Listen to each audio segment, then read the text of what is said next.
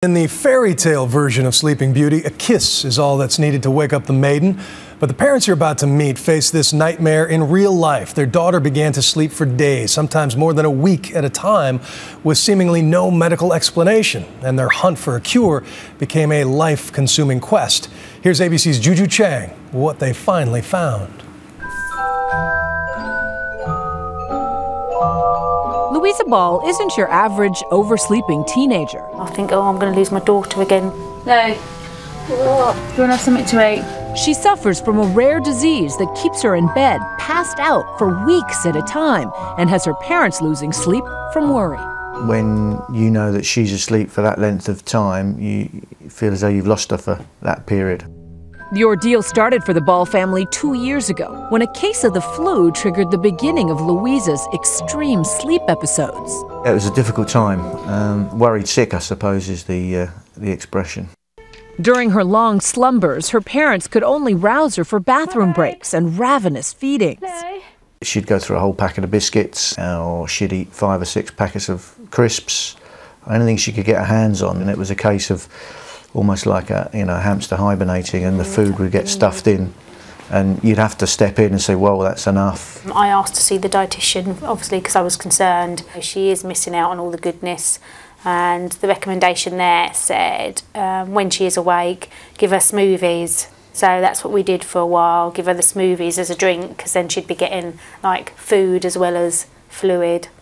She'd lose 10 pounds during an episode, but it wasn't just the odd eating. Her behavior was even odder, offensive, almost primal mood swings. They're horrible, they're scary. It's like a different child. Louisa's parents knew it was coming on when their otherwise sweet-natured daughter would snap at people rudely. Sleep you can deal with because, it's obviously, not as confrontational, but when she's up and she's confrontational, that was the scarier moments.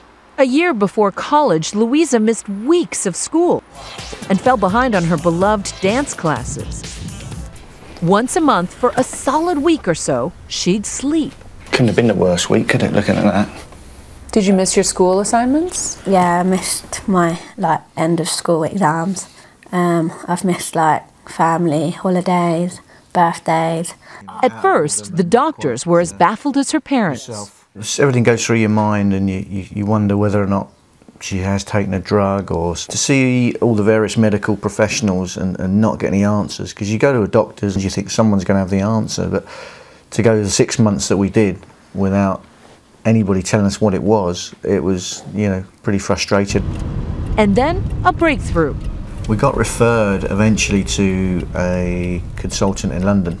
I always refer to it as the champagne and hangover moment, because we went in there and the good news was that I think I know what's wrong with your daughter. And then the bad news is, but we know there's no cure. As Louisa's story began to unfold in the media, headlines called her Sleeping Beauty. So we all know the fairy tale, right? Beautiful princess, evil witch, a spinning wheel. A poisonous splinter sends the beautiful princess into a 100-year slumber. But hark, a handsome prince. A kiss, and presto, it's happily ever after. Only it didn't seem like there would be a happily ever after this time. Louisa was diagnosed with Kleine-Levin Syndrome, an incurable autoimmune disorder that essentially triggers a reaction in a specific part of the brain.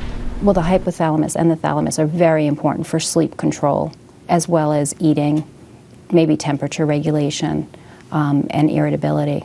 KLS more often affects males and usually hits at adolescents with a virus. It seems to bring on the long hibernation, the aggressive moodiness. Can become very aggressive. They can hit, punch, scratch, where they normally would not do this, especially if somebody wakes them up from a sleeping period. Louisa would swear at her mother. It's something she would never do in her normal state. Right. And that's typical of the disorder. For now, mood stabilizers like lithium and hormone therapies may help around the edges, but it doesn't ward off the sleep.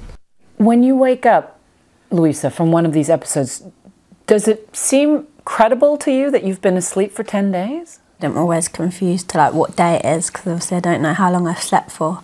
Then when I realise, I'm like, wow, that's a long time. What do you feel like? Refreshed.